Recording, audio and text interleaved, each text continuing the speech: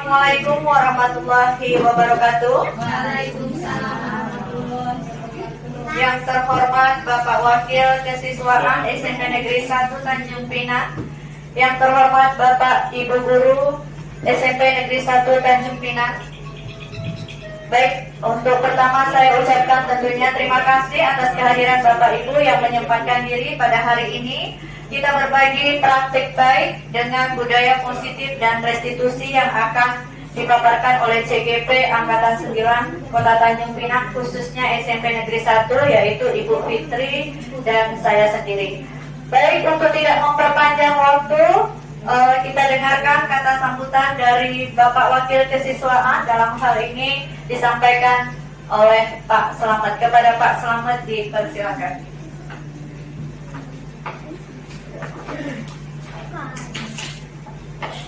Terima kasih Bu Dia.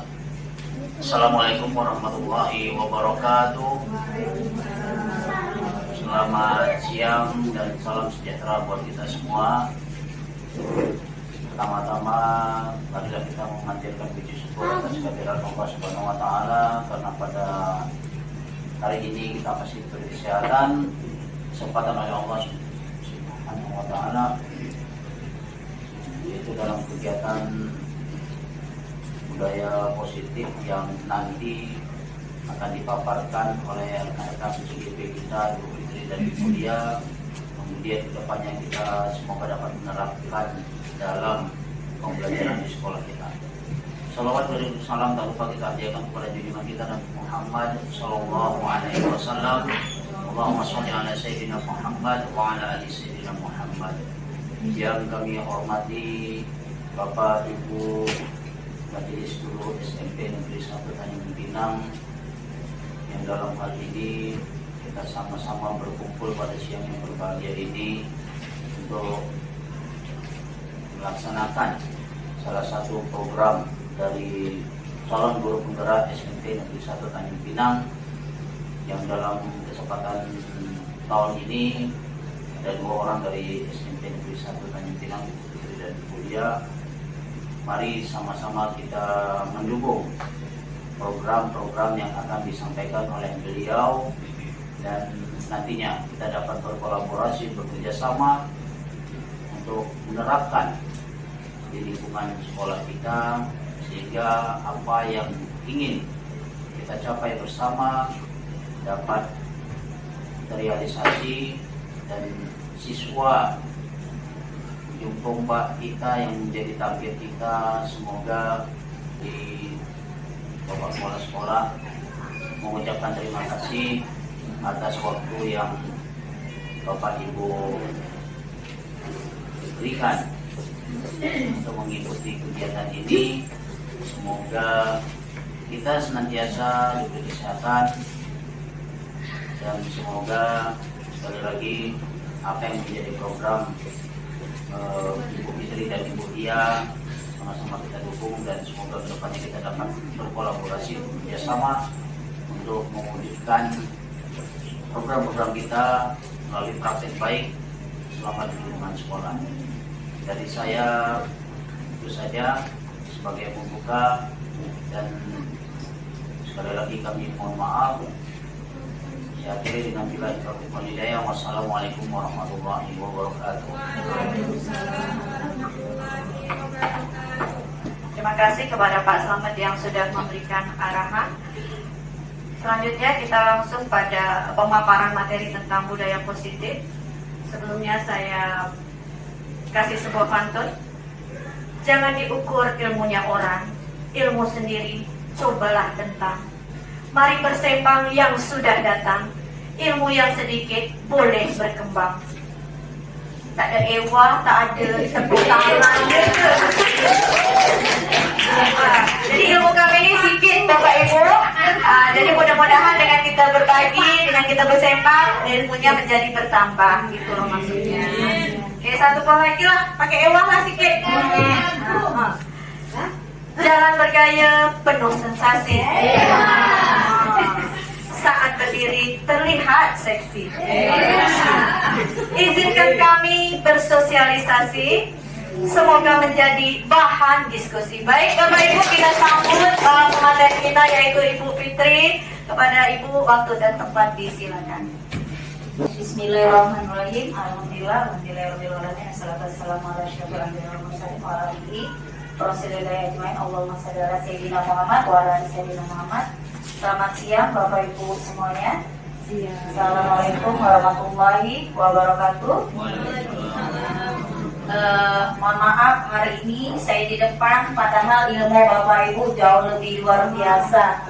Izin ya Bapak Ibu, di sini bukan saya sih sebenarnya, kalimatnya kita. Kita sebenarnya sudah lumrah dengan kalimat yang di depan dan kita sudah sering melaksanakannya, yaitu tentang budaya positif. Izinkan saya nyampaikan sedikit saja lagi apa makna dari budaya positif, yaitu suatu cara hidup dan cara berpikir yang dapat memberikan dampak positif. Itu baik pada diri kita sendiri maupun orang yang ada di sekitar kita. Tentu saja di sekitar kita ini siswa kita ya Bapak Ibu. Kemudian contohnya apa aja, seperti sikap optimis, toleransi, empati, kerja keras, dan kejujuran. Tentu saja dengan membangun budaya positif kita dapat menciptakan lingkungan yang lebih sehat, harmonis, baik itu di rumah, di tempat kerja, maupun di masyarakat. Nah ini sebenarnya seyogianya juga kita dan Bapak Ibu sudah melaksanakannya. Cuma di sini saya penguatan aja ya Bapak Ibu, izin. Nah jadi apa-apa aja sih yang menjadi bagian budaya positif? Di modul CGP kami mempelajari kemarin itu apa-apa aja. Itu yang pertama perubahan paradigma, stimulus respon. Kemudian konsep disiplin positif. Kemudian keyakinan kelas yang mungkin Bapak Ibu udah melaksanakannya, Bapak Ibu wali kelas. Kemudian pemenuhan 5 kebutuhan dasar manusia. Jadi ternyata kita, anak didik kita juga memiliki kebutuhan dasar sebagai utuhnya manusia. Kemudian ada 5 posisi kontrol dan segitiga restitusi. Nanti insya Allah akan disampaikan oleh Bu Pia. Nah jadi budaya positif itu pola pikir yang tadi sudah saya sampaikan, perilaku, tindakan, pengaruh kepada diri kita sendiri, individu maupun lingkungan. Nah cara atau banyak macam dari budaya positif. Contohnya di sini saya kasih contoh aja ya Bapak Ibu. Mungkin nanti ada masukan, silahkan dari Bapak Ibu sampaikan juga. Yaitu budaya kerja keras itu contohnya itu yaitu melaksanakan, berusaha untuk mencapai tujuan dengan berusaha dan kerja keras, kemudian saling menghargai yaitu perbedaan dan keunikan kita serta menghargai pendapat tentu saja. Begitu juga toleransi dari perbedaan agama, suku, budaya, dan tidak melakukan diskriminasi terhadap apa yang dianut ya, toleransinya. Kemudian gotong royong yaitu membantu sesama dan kebaikan dan mengutamakan kepentingan bersama. Disiplin itu mematuhi aturan dan jadwal yang telah ditetapkan. Tentu saja kita yang menetapkan dan pelaksananya, tentu saja anak didik kita. Kemudian melaksanakan ide baru dan inovatif dalam berbagai aspek kehidupan. Kemudian budaya kebersihan baik dari lingkungan baik maupun diri kita sendiri. Next, pentingnya kenapa kembali kita menerima materi pentingnya budaya positif, pada sebelumnya sudah gue sampaikan ya Bapak Ibu. Tentunya dalam hal ini untuk mendukung kebutuhan murid, kemudian meningkatkan kepuasan belajar dan mendorong kreativitas. Mungkin Bapak Ibu juga sudah paham kalau anak kita itu sudah melihat budaya positif yang ada di sekitar mereka, tentu mereka akan lebih kreativitas lagi. Contohnya yang sudah kita lakukan di aula ya, ketika panggung Jumat ya Pak Yono, anak kita melihat ternyata kelas lain datang, saya pengen lebih baik. Ketika upacara bendera, kelas yang lain dapat tampil, dapat upload, dapat nilai, ya kelas kita tentu pengen, saya pengen lebih baik. Ya itu ditujukan dengan latihan-latihan yang anak kita lakukan. Contoh tadi pagi kelas 83 ya, luar biasa, kita kasih best buat wali kelasnya, luar biasa ya. Tentu dukungan dari Bapak Ibu dan wali kelas di situ memang saya pribadi meningkatkan produktivitas dan mengurangi konflik karena sudah positif ya, tentu yang negatif itu terhindar. Kemudian dengan menciptakan lingkungan yang inklusif dan lembut, maka kita dapat menarik dan mempertahankan. Ya, di sini kalimat saya adalah mempertahankan murid yang berkualitas. Tentu saja anak kita sudah mencontohkan itu semua. Jadi kita pertahankan. Kalau yang bagus kita tingkatkan, yang tidak bagus mungkin kita bimbing sebagai kita guru. Itu budaya positif yang mungkin dari kita mencontohkan. Nah, mungkin strategi yang bisa kita lakukan diantaranya yang pertama komunikasi terbuka. Contohnya itu fasilitasi komunikasi yang jujur dan terbuka antara guru dan murid. Alhamdulillah Bapak Ibu, di kegiatan ini kayaknya kita sudah memenuhinya ya, yaitu kita melakukan diskusi Starla ya Bapak Ibu ya.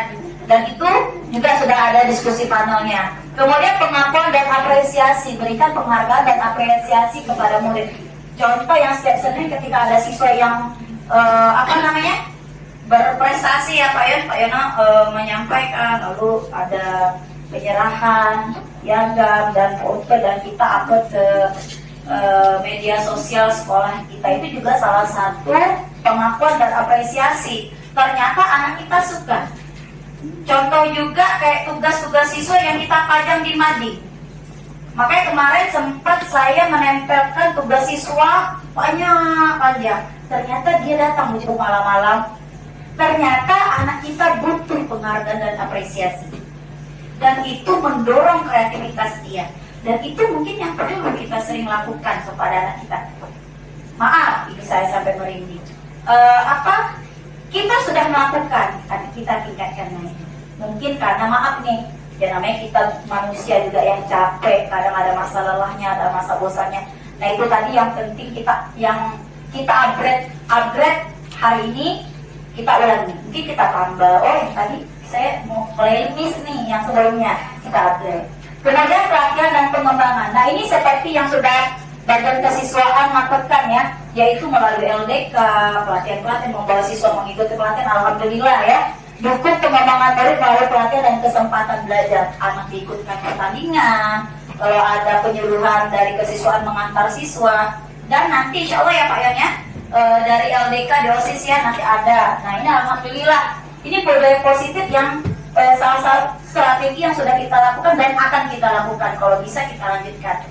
Dan ini yang terpenting yang terakhir, keseimbangan antara prestasi dan akhlak. Dan ini yang ini kita sama-sama kolaborasi, kita kerjasama, kita lakukan supaya strategi ini bisa seimbang. Kayak mana caranya? Nah ini ayo nanti kita diskusi bersama. Kita melakukan hal yang tadi. Yang pertama, dapat meningkatkan keterlibatan murid. Itu alhamdulillah luar biasa keterlibatan murid. Kemudian ketika yang kemarin Jumat terakhir kita melaksanakan sholat tasbih, kolaborasinya alhamdulillah saya pribadi sangat luar biasa yang telah dilakukan. Contoh saya bilang, Pak Yon kita sholat tasbih yuk.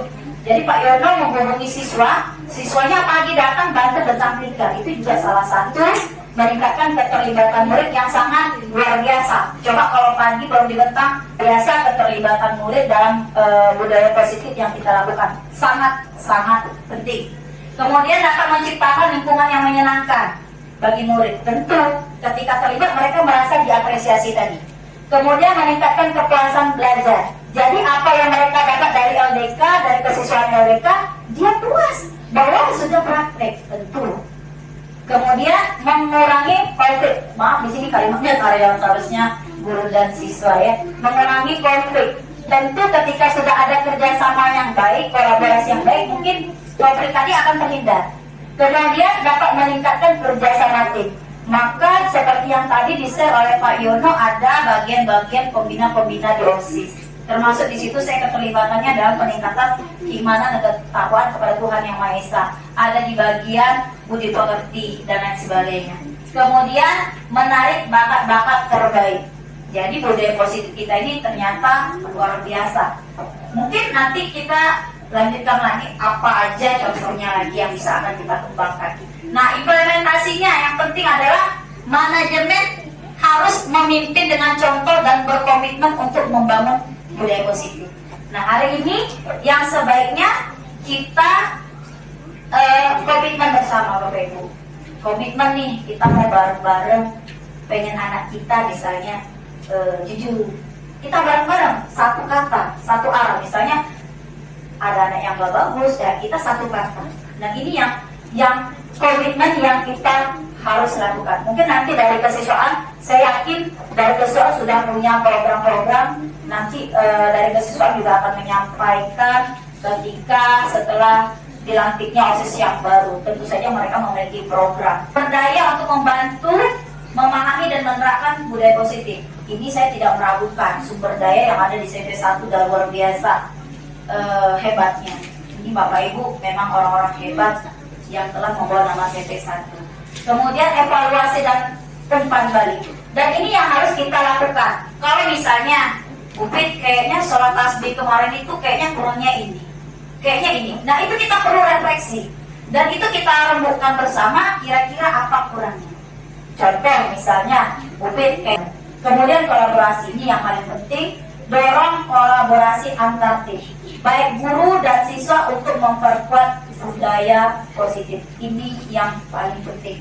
Kolaborasi, ayo dong kita bareng-bareng. Nanti kita satu suara apa aja yang kita butuhkan. Baik, saya lanjut ya Bapak Ibu. Maaf, ini masih materi. Kebutuhan dasar manusia. Ini tadi kan saya bilang salah satunya adalah kebutuhan dasar manusia. Jadi di sini ada kebutuhan dasar manusia yang harus kita penuhi, baik buat kita, baik buat anak kita. Yang pertama itu kebutuhan untuk bertahan hidup, survivor. Ya contohnya mungkin anak kita pagi itu ada yang belum sarapan, barangkali kita tanya, nah tadi udah sarapan kok lemes aja. Boleh itu kita tanyakan dengan kalau persepsi dulu ya namanya itu ya. Kita menanyakan kabar, itu penting ternyata Bapak Ibu. Menciptakan suasana nyaman supaya anak nyaman. Seperti yang sering disampaikan juga berkali-kali oleh Bapak Kepala Sekolah. Ciptakan suasana nyaman saat belajar, baru kita masuk poin. Karena itu ternyata kebutuhan yang harus kita penuhi seperti itu. Kemudian cinta dan kasih sayang atau kebutuhan untuk diterima. Wah, ternyata anak kita suka loh disayang-sayang, dimanja-manja. Dan kita juga ternyata juga butuh ketika kita ada yang enak bahasanya juga anak juga suka. Contoh kayak kemarin itu saya dengan kelas 83 ya. Setelah disampaikan, ternyata siswanya sendiri nyari. Saya nggak nyampaikan dengan wali kelasnya. Kalau siswa tadi ada problem saat jam belajar, siswanya nyari wali kelasnya. Setelah siswa nyari wali kelas, direstitusi oleh wali kelas. Setelah itu siswanya jumpa saya. Dia minta maaf dan malah curhat. Saya.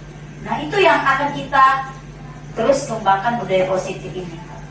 Ya. Kemudian kebebasan kebutuhan akan pilihan. Ya mungkin contohnya yang kayak sekarang ini diferensiasi ya bolehlah Bapak Ibu kasih tugas yang setiap siswa nggak sama.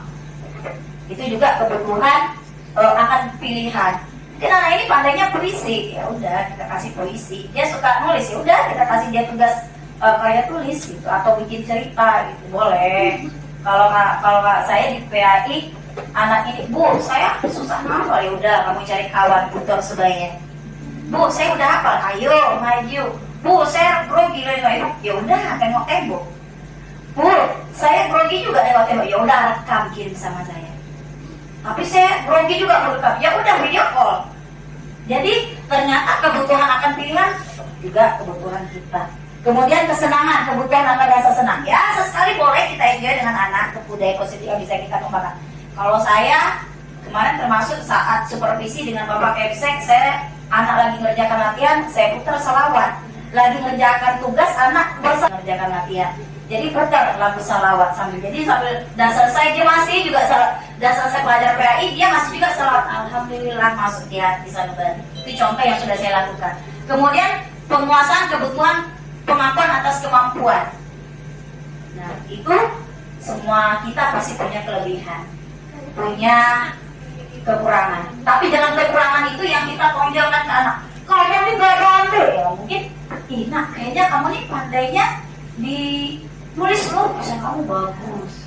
Nah itu mungkin yang akan kita kembangkan budaya-budaya positif yang ada di kelas. Kalau kita sebagai wali kelas, mohon maaf, mungkin di awal-awal Tuhannya yang tadi ini belum terpenuhi. Saya penuhin satu, rupanya mulai mereka dekat. Karena kebutuhannya ini yang penting kita berikan kepada anak. Ketika sudah terpenuhi budaya positif yang ingin kita minta sama mereka, mereka akan enjoy menjalankan. Terus terang Bapak Ibu, saya di awal akan beri rupanya Bapak Ibu. Nah itu kita penuhi, baru kita masuk budaya positif apa yang ingin kita kejar. Baru mereka enjoy menjalankan.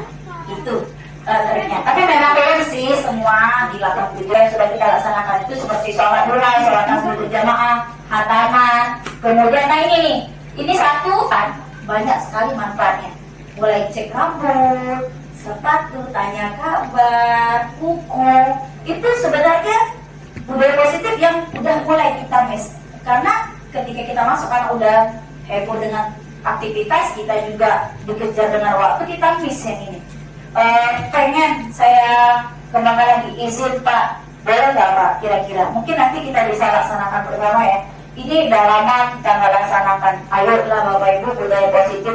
Mungkin yang ya itu tadi karena kita belum capek ke kejar waktu pagi, bolehlah kita mulai lagi budaya positif menyapa anak. Contoh kayak yang kemarin kita di TikTok, ada yang tes, ada yang timbul, ada yang ya itu mungkin budaya. Kemudian doa bersama ini udah kita laksanakan. Tapi, nah ini mama, budaya positif yang kita hilang itu anak ketika doa dia posisi doanya agak manis ya. Nah itu mungkin yang perlu kita laksanakan lagi ya ketika miss tadi ya.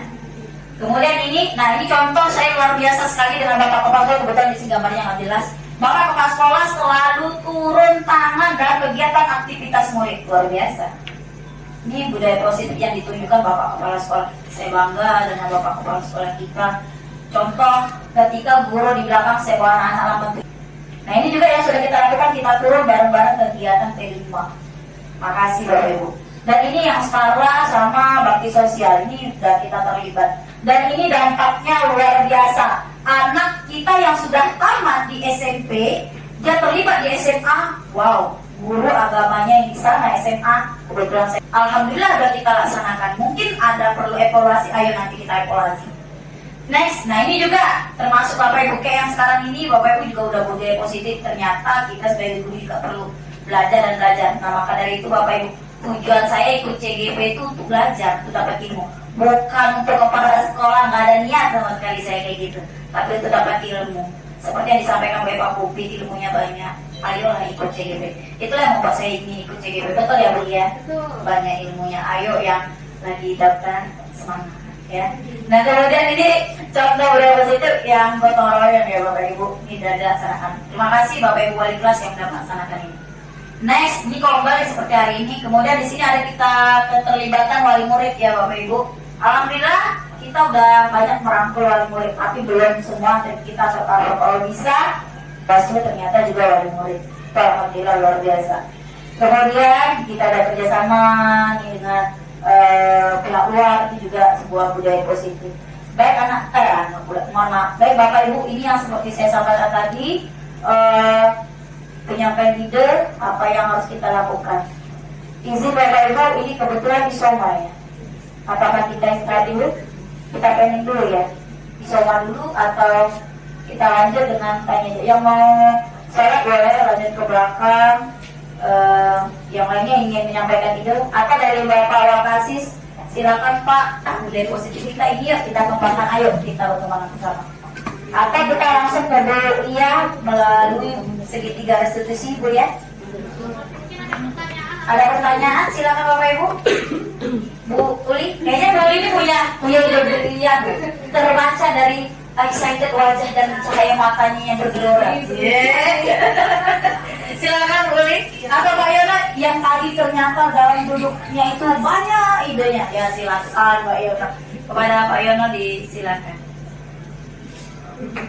Yang menjadi dasar mau bergeraknya Bu Fitri, mau majukan sekolah. Kalau saya Bu Fitri yang Ibu Fitri sampaikan itu kami sudah bahas juga di siswaan dan di OSIS mengenai yang sudah kalau kami bilang sudah pudar, tidak hilang tapi pudar, tetap kita laksanakan, cuma itu tidak nampak, memang kita tidak pernah mendokumentasikan. Jadi mengenai siswa sebelum masuk, sama-sama lah kita berupaya bagaimana budaya-budaya positif, terutama bagi siswa untuk hormatnya kepada guru-guru, tidak gila hormat, tapi sebagai seorang siswa kita juga semua dulu pernah menjadi siswa, bagaimana sikap kita terhadap guru. Ya seperti itulah nanti yang kita harapkan kepada peserta didik kita agar dapat melakukan praktik-praktik baik, tidak hanya di sekolah, begitu juga di rumah dan di lingkungannya. Jadi sama-sama Bapak Ibu, apa yang menjadi program dan upaya Bapak Ibu kita, khususnya saya. Baik, terima kasih Pak Yono atas dukungannya. Ternyata dari kesiswaan juga sudah punya ide yang sama ya Bapak Ibu. Alhamdulillah, saya senang sekali ternyata ide kita sama. Ketika ide kita sama, insya Allah itu akan mudah dijalankan. Karena kita memiliki cita-cita dan tujuan yang sama. Ketika kita memiliki cita-cita tujuan yang sama, itu pasti mudah. Karena kolaborasi. Gak bisa saya kerja sendiri, gak bisa Pak Yono juga kerja sendiri, dan gak bisa juga Bapak Ibu punya ide kerja sendiri. Tapi kita kerjakan bareng-bareng. Ketika ibarat peribahasa apa ya, ringan sama dijinjing, berat sama dipikul. Jadi terangkatlah itu barang, terangkatlah itu tujuan dan misi kita. Ya baik Bapak Ibu, silakan dari Bapak Ibu yang lain, adakah budaya positif yang ingin kita kembangkan bersama Bapak Ibu? Adakah Bapak Ibu? Kalau nggak ada, boleh kita lanjutkan kepada segitiga restitusi ya, Bu ya. Boleh, baik. Demikian Bapak Ibu, jika nanti masih ada Bapak Ibu boleh nanti kita sampaikan di temu bual kita. Mungkin Bapak Ibu bisa menggali lagi melalui diskusi dengan siswa. Mungkin siswa pengennya apa, mungkin nanti kita jaring. Maaf Bapak Ibu kalau misalnya terkesan menggurui, terus terang saya juga lagi dalam tahap belajar. Mohon maaf jika ada salah dan kurang, pada pantun ya. Baik, terima kasih. Wassalamualaikum warahmatullahi wabarakatuh. Dilanjutkan dengan kuliah segitiga restitusi dan posisi kontrol. Kayak mana budaya positif ini bisa dilaksanakan dengan posisi kontrol kita sebagai guru. Kepada kuliah disilakan. Bapak Ibu yang mau salat. Untuk Bapak Ibu yang mau melaksanakan ibadah sholat asarnya dipersilakan. Dia jalan itu. Dia jalan. Saya tak jalan. Iya. Kamu jalan.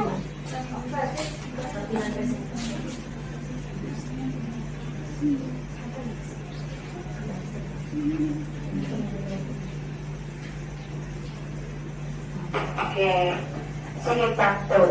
Mana pantun dan ngantuk ya?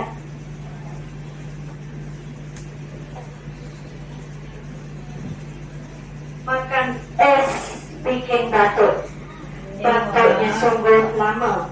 Terlihat kawan sudah mengantuk. Tenang, sosialisasi tidak akan lama.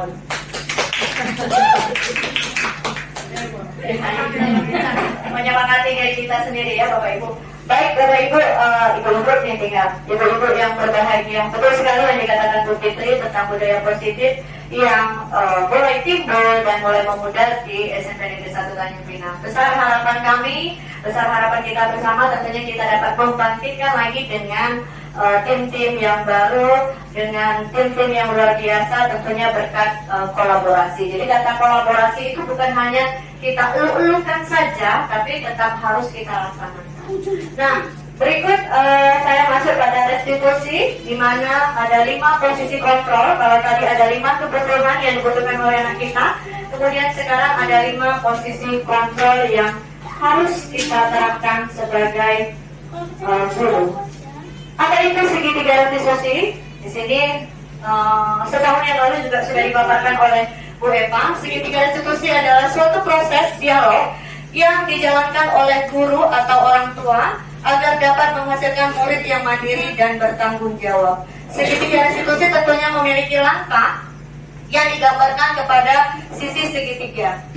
Yang pertama, sisinya adalah menstabilkan identitas. Kemudian sisi yang kedua, validasi tindakan yang salah. Dan sisi yang ketiga, menanyakan keyakinan kelas.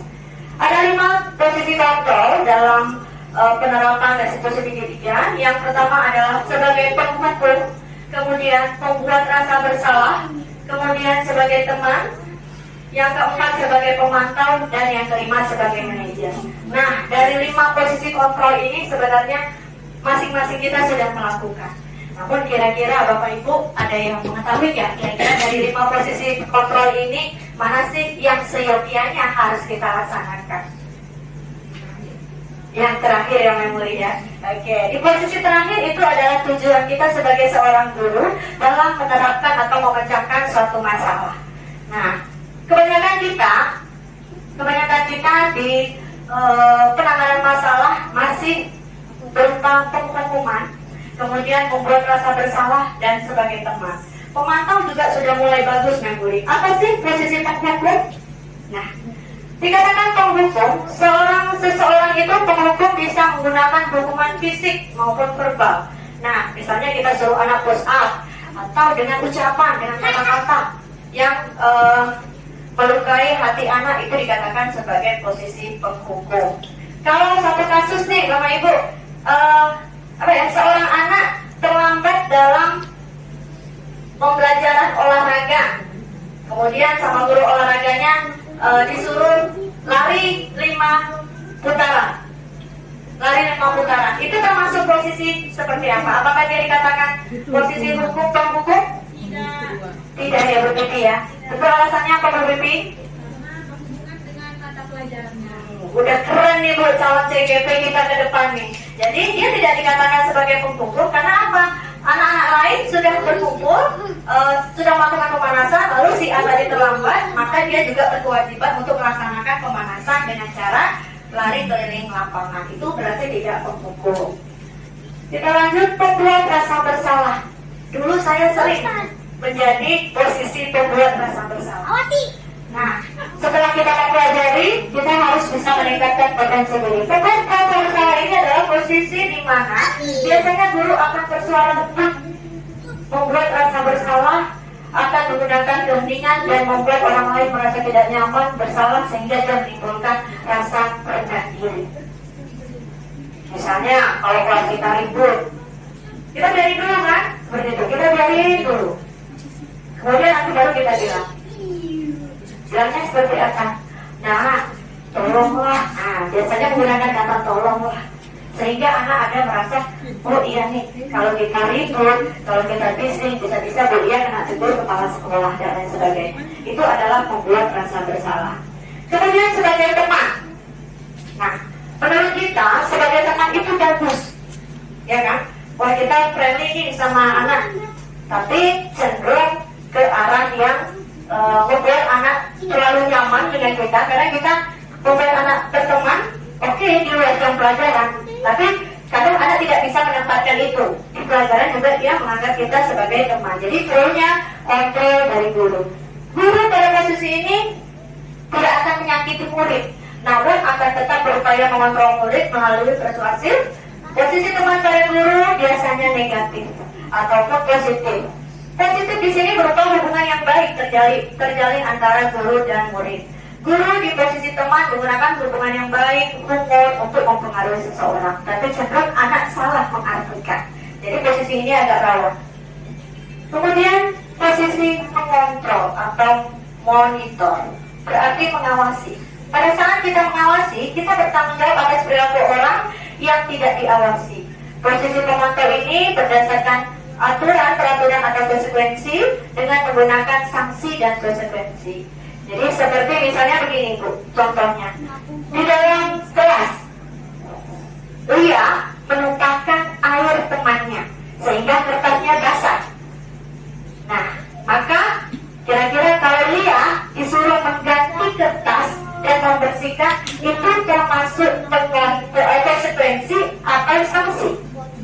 kira-kira? Konsekuensi, karena tadi dia adalah menumpangkan, jadi dia harus bertanggung jawab. Tapi kalau sanksi, mungkin dia bisa berdiri di depan kelas sampai dengan airnya kering. Nah, itu kan hal-hal yang tidak masuk di akal seperti itu ya. Jadi kita dapat memisahkan hubungan pribadi dengan murid sebagai seseorang yang menjalankan posisi pemantau.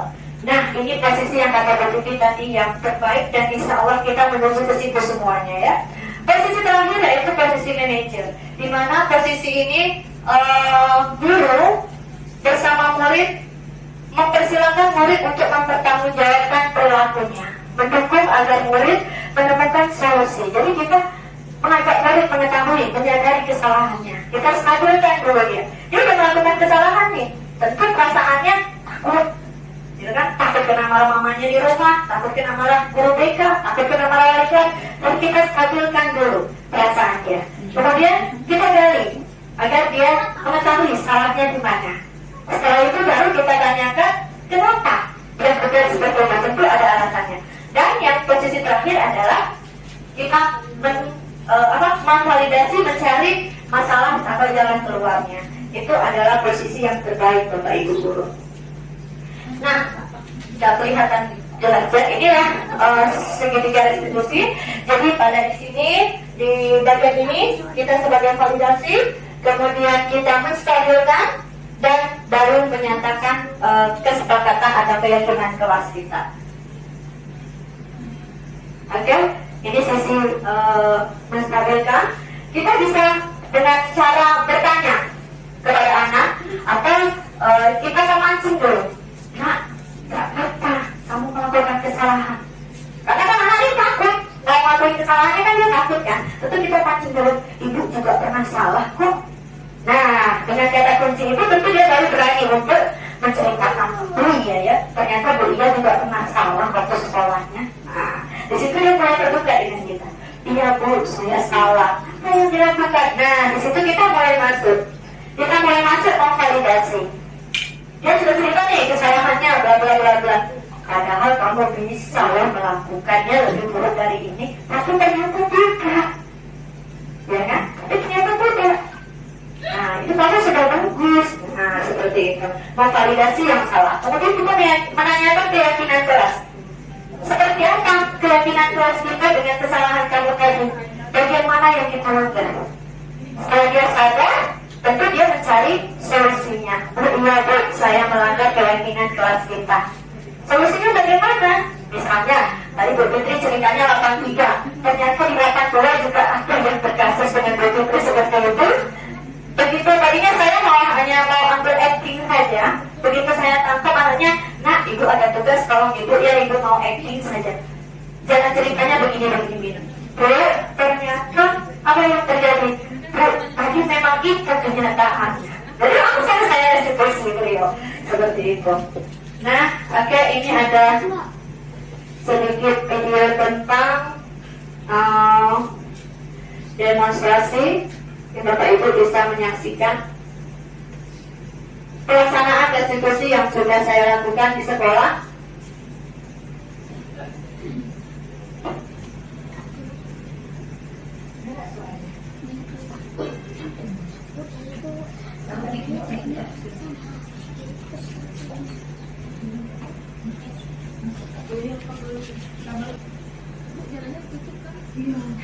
Jalan kemana? Ini kan 48 atas belakang Polres.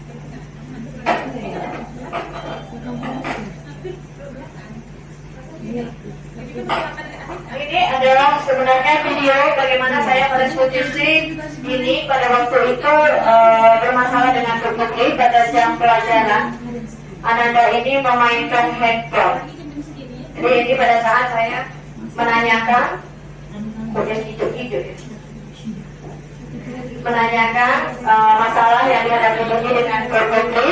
Kemudian dia menyadari, ya Bu, saya mengakui kesalahan saya melanggar keyakinan kelas tentang bagaimana kesepakatan kita pada saat belajar tidak boleh menggunakan handphone. Kemudian langkah selanjutnya setelah menyadari, memvalidasi,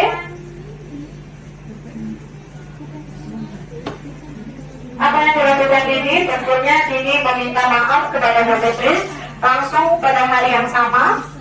Sayang sekali gak dengar ya. Kenapa bisa keluar? Jadi dia menyadari kesalahannya, kemudian dia mencari solusinya sendiri dan langsung menemui guru yang bersangkutan. Itu satu kasus yang saya laksanakan restitusi sebagai seorang manajer. Ini testimoni ini setelah melaksanakan restitusi. Pada saat saya melaksanakan restitusi, tentunya siswa ini merasa nyaman, artinya dia tidak merasa tekanan, tidak dia sebagai wali kelas tidak melakukan posisi penghukum ataupun posisi lain, tapi posisi manajer. Nah, kalau yang berikutnya ini adalah kasus kedua, ini reka adegan. Reka adegan artinya tidak ada sebenarnya di SMP 1. Di SMP 1 hanya lebih baik, ya kan?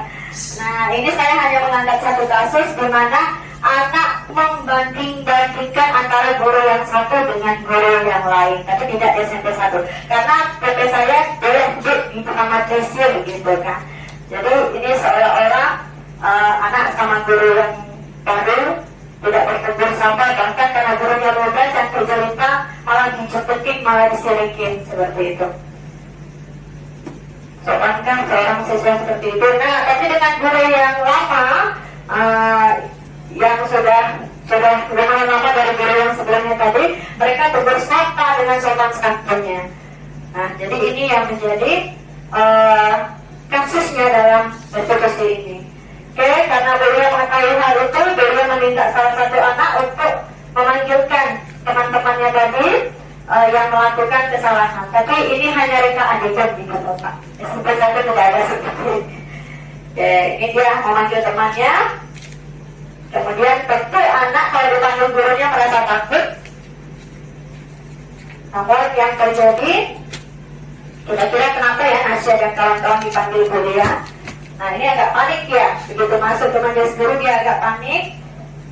Tapi beliau sambut sebagai seorang posisi kontrolnya sebagai manajer.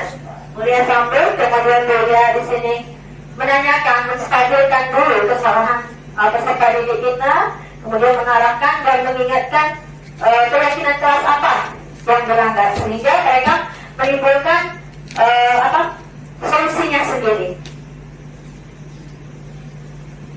Ternyata dia menyadari tidak boleh membeda-bedakan antara guru lama dan guru baru, kemudian anak-anak kita juga minta maaf. Tapi sekali lagi saya katakan ini adalah hanya reka adegan saja.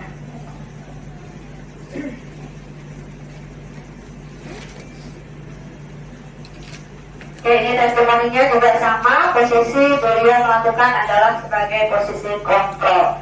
Oke, Bapak Ibu, mungkin itu yang dapat saya paparkan tentang restitusi segitiga.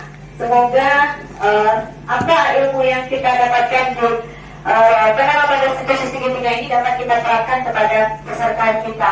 Bagaimana bermimpi sebagai guru BK, kira-kira alurnya benar atau bagaimana? Cocokkah dengan pelaksanaan atau penerapan pada program BK? Oke, baik Bapak Ibu, terima kasih. Ada yang mau bertanya atau menyanggah, dipersilakan. Ada Bapak Ibu bersediakah kita akan posisikan kita secara perlahan-lahan pada posisi manajer?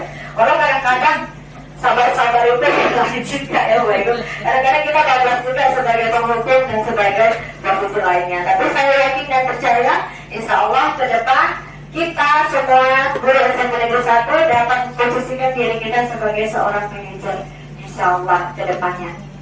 Baik, kalau tidak ada penyangga atau penanya lagi, mengingat waktu kita juga sudah pukul 3:30, saya tutup dengan pantun pisau di aspek buat bertani, para pedagang naik ke batu.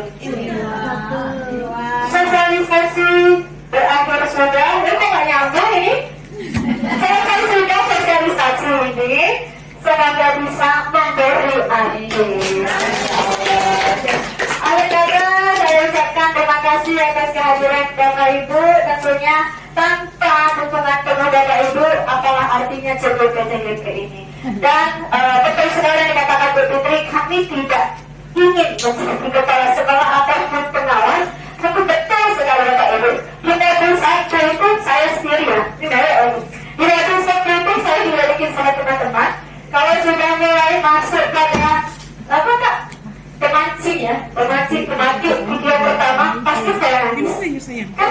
tapi memang itu kita kasih tahu. Kemarin Bunda pernah ngambil saya video call di sini kan, langsung di sini Bunda kaget dengan saya. Kenapa? Karena memang itu yang saya kita rasakan. Jadi kita tanpa sadar, kita banyak sekali melakukan kesalahan dalam penerapan kehidupan kita sebagai seorang guru. Memang hal-hal sepele, Jadi ilmunya sangat bermanfaat. Walaupun kita nantinya tidak menjadi kepala sekolah atau pengawas, paling nggak ilmu itu bisa kita terapkan dalam kehidupan kita. Percayalah Kak Tiara, Ibu Uli, Bu Pipi, banyak sekali ilmunya untuk kita yang masih muda ini. Paling tidak untuk kita terapkan kepada anak kandung kita. Saya sampaikan ini memang tidak tahan. Sebelum saya terapkan dia satu saya terapkan dulu sama anak kandung saya. Ajak, ditolak, aska, di balai, kolom. Mamanya saya kemudian di sana kolaborasi, anaknya kolaborasi di situ cantik, langsung di dalam kolom. Saya restitusi anak saya. Jadi dengan begitu tidak ilmu itu bukan untuk siapa-siapa sih, paling tidak untuk kita sendiri. Jadi ayo Bapak Ibu yang muda-muda semangat bangga aja kok istilahnya tapi banyak tugas nggak ada. Tugas itu kita jalani aja dengan enjoy sekali. Apalagi kalau kita biarkan enjoy sekali, pulangnya ada bawa amplop. Oke, akhir kata berada saya. Assalamualaikum warahmatullahi wabarakatuh.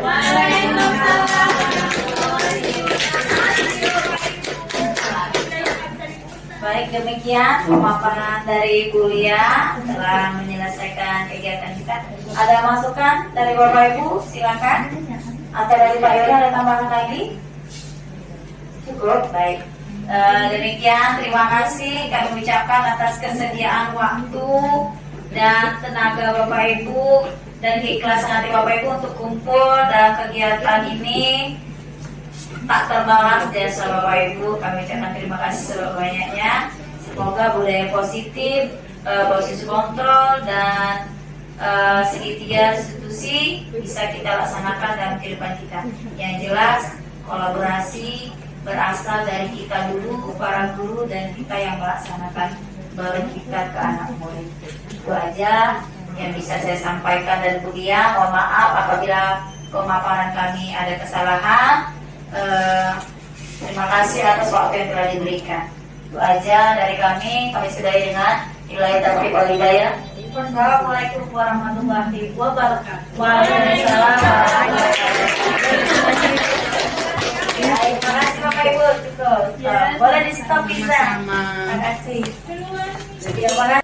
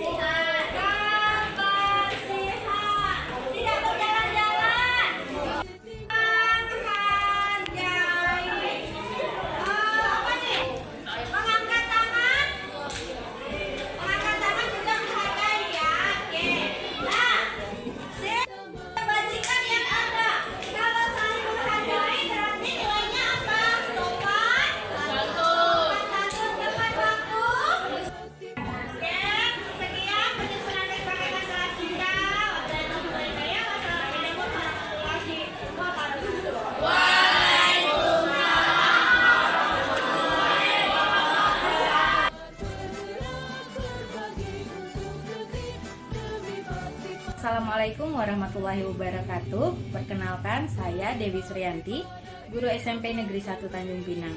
Pada video kali ini, saya akan memberikan testimoni mengenai materi segitiga restitusi yang sudah disampaikan oleh rekan saya, Ibu Lia Nurika Midas, TGP Angkatan 9. Menurut saya, materi yang disampaikan sangat bagus dan sangat jelas dalam memberikan kami gambaran bagaimana menerapkan restitusi yang baik dalam menghadapi siswa yang melakukan pelanggaran tanpa menghakimi atau memberikan tekanan yang lebih buruk pada siswa tersebut.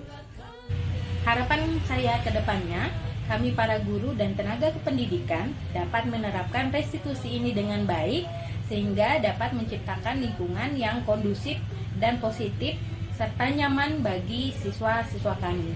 Demikian testimoni ini. Wassalamualaikum warahmatullahi wabarakatuh. Warahmatullahi wabarakatuh. Perkenalkan, nama saya Anindya Nara Maharani dari kelas 74 dan saya akan menyampaikan testimoni mengenai kesepakatan kelas yang dipandu oleh Ibu Lia. Kesepakatan dan keyakinan kelas ini kami tentukan melalui kesepakatan bersama dan sama sekali tidak dipaksa oleh Ibu Lia.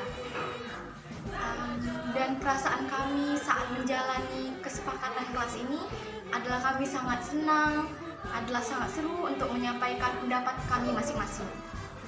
Dan harapan untuk kedepannya adalah semoga kita semakin nyaman untuk belajar ya. Terima kasih. Assalamualaikum warahmatullahi wabarakatuh.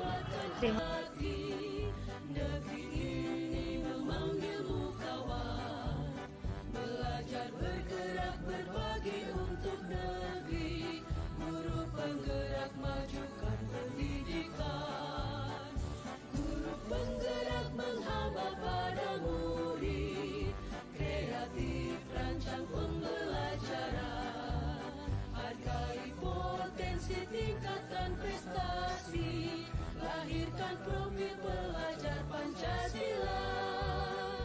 Belajar, bergerak, berbagi untuk negeri, kita menjalin kolaborasi. Belajar, bergerak, berbagi untuk negeri, demi bakti pada Ibu Pertiwi.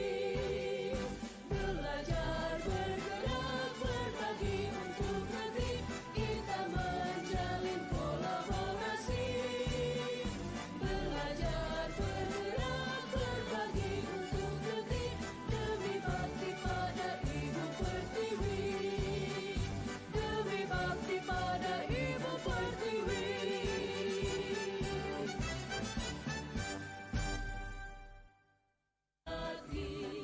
Negeri ini memanggilmu kawan. Belajar, bergerak, berbagi untuk negeri, guru penggerak majukan pendidikan. Guru penggerak menghamba pada murid, kreatif rancang pembelajaran. Hargai potensi, tingkatkan prestasi, lahirkan profil pelajar Pancasila. Belajar, bergerak, berbagi untuk negeri. Selamat siang Dini. Siang, Bu. Siang. Udah pulang sekolah nih? Udah, Bu. Ini tahu kenapa Ibu panggil Dini? Saya tahu. Tahu. Apa kira-kira? Kenapa Ibu panggil Dini? Karena ini melakukan kesalahan, Bu. Kesalahannya apa? Saat pembelajaran PAI, Dini malah main HP. Padahal nggak ada sangkut pautnya dengan pembelajaran itu, Bu. Jadi ini menyadari nih kenapa Dini main HP. Kenapa sampai Dini bisa main HP? Padahal kan ada proses belajar mengajar. Saya lupa, Bu, kebagusan main HP, Bu. Sama main HP. Jadi ditegur sama Ibu Fitri ya.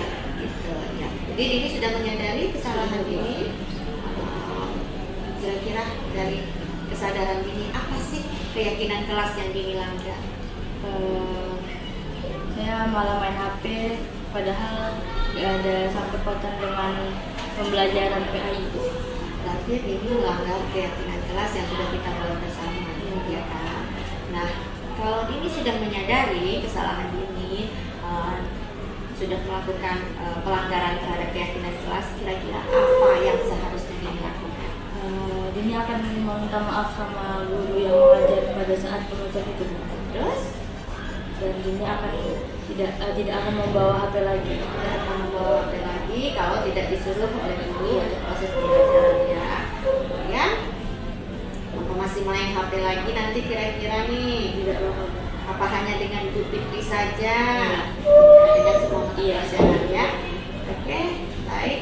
Kalau gitu Ibu tunggu bagaimana kelanjutan dari Dini. Kan Dini bilang mau minta maaf, Ibu tunggu nanti Dini minta maaf sama Ibu Fikri, kemudian berjanji tidak akan mengulanginya lagi gitu ya. Nah, gimana Dini setelah Ibu bantu menyelesaikan masalah ini, perasaannya bagaimana? Karena Ibu Wali kelas langsung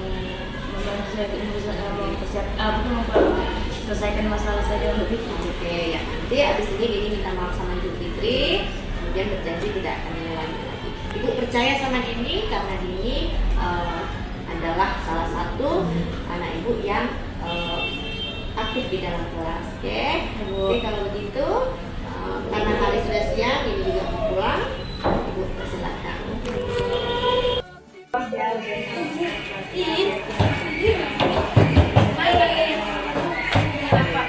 Buat ini jadi pembelajaran ya buat ini, tidak lagi belajar pada kesalahannya.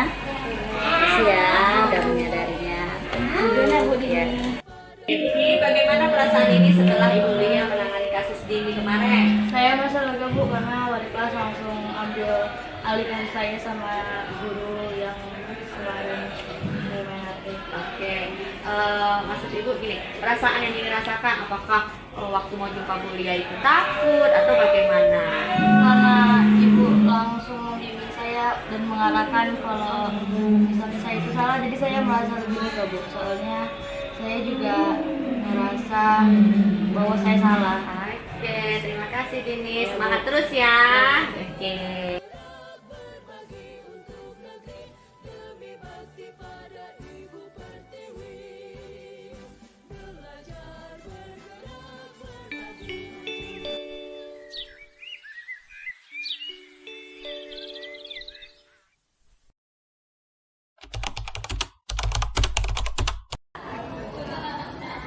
Kalau diajar dia sekali. Oke.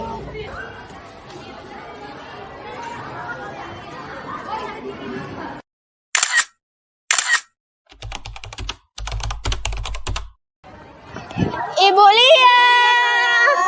Kemana nih? Balik Bu.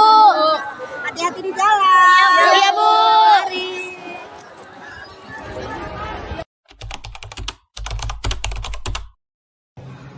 Siang Kak Zura, Kak Zura, tolong panggilkan Ibu Kak Nasya ya. Nasya Bu, Iya, Nasya aja. Ibu tunggu, ya Nasya dan kawan-kawan. Ibu tunggu di majelis dulu ya. Oke Bu. Oke, terima kasih.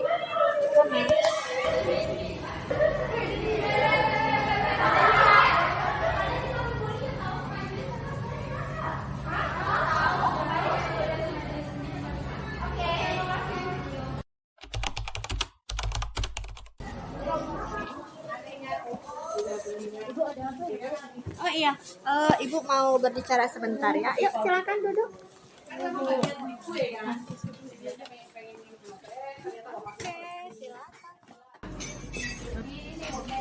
Oke, maaf Ibu mengganggu waktunya sebentar. Jadi pulangnya agak terlambat sebentar ya.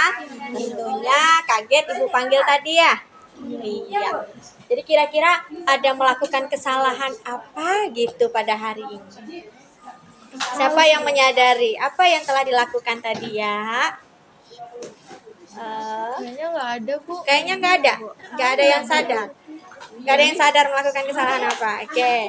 Bagaimana cara kita menghormati guru yang berada di sekolah? Apakah harus pilih-pilih? Tidak. Jadi kira-kira apa yang dilakukan kesalahannya? Ada nggak merasa milih-milih guru dalam menghormati atau dalam bersikap? Tadi kayaknya waktu kami lewat depan guru baru kami nggak ini Bu, nggak negur. Oh gitu, iya bagus. Sudah menyadari kesalahannya. Kira-kira apa yang harus dibuat untuk kedepannya? Kalau membeda-bedakan guru mau Tidak. baru atau lama. Iya, tidak membeda-bedakan guru lama ataupun guru baru. Bagus. Kemudian ada lagi Kak yang mau diperbuat?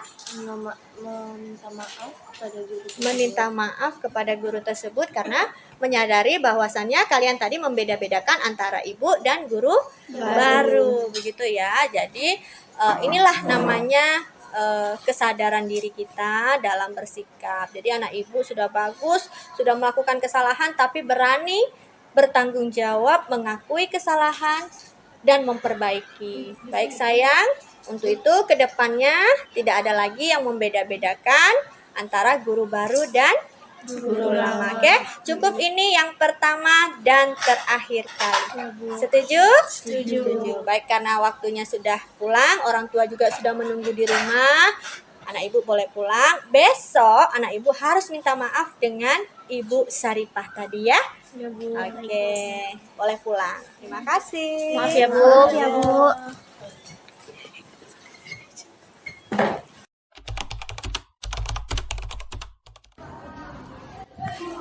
Ibu, kami minta maaf ya Bu.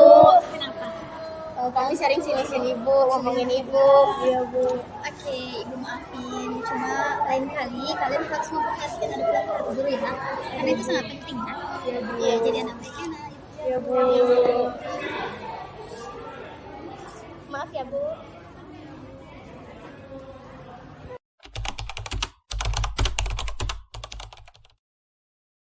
Ayo, 3, 2, 1. Assalamualaikum warahmatullahi wabarakatuh. Perkenalkan, nama saya Azura Erwin dari kelas 87. Perkenalkan, nama saya Andika Yudia Putri dari kelas 87. Perkenalkan, nama saya Azhara Salsabil dari kelas 87. Kami di sini akan testimoni tentang penanganan kasus yang ditangani oleh Bu Dia. Jadi kami merasa itu suatu hal yang benar karena kami membuat kesalahan. Oke, anak ibu, pada saat ibu melakukan penanganan kasus, apakah ada merasa takut?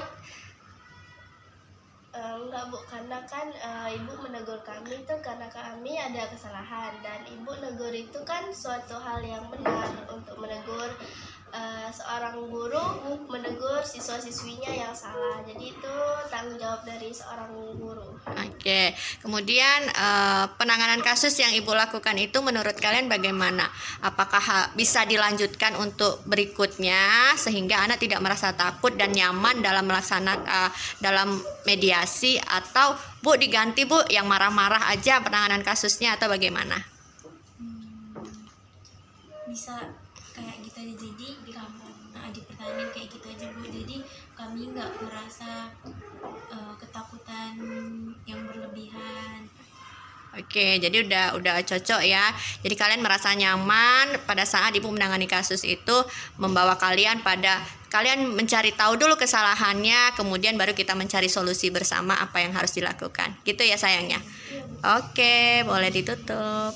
Sekian dari kami. Wassalamualaikum warahmatullahi wabarakatuh. Iya.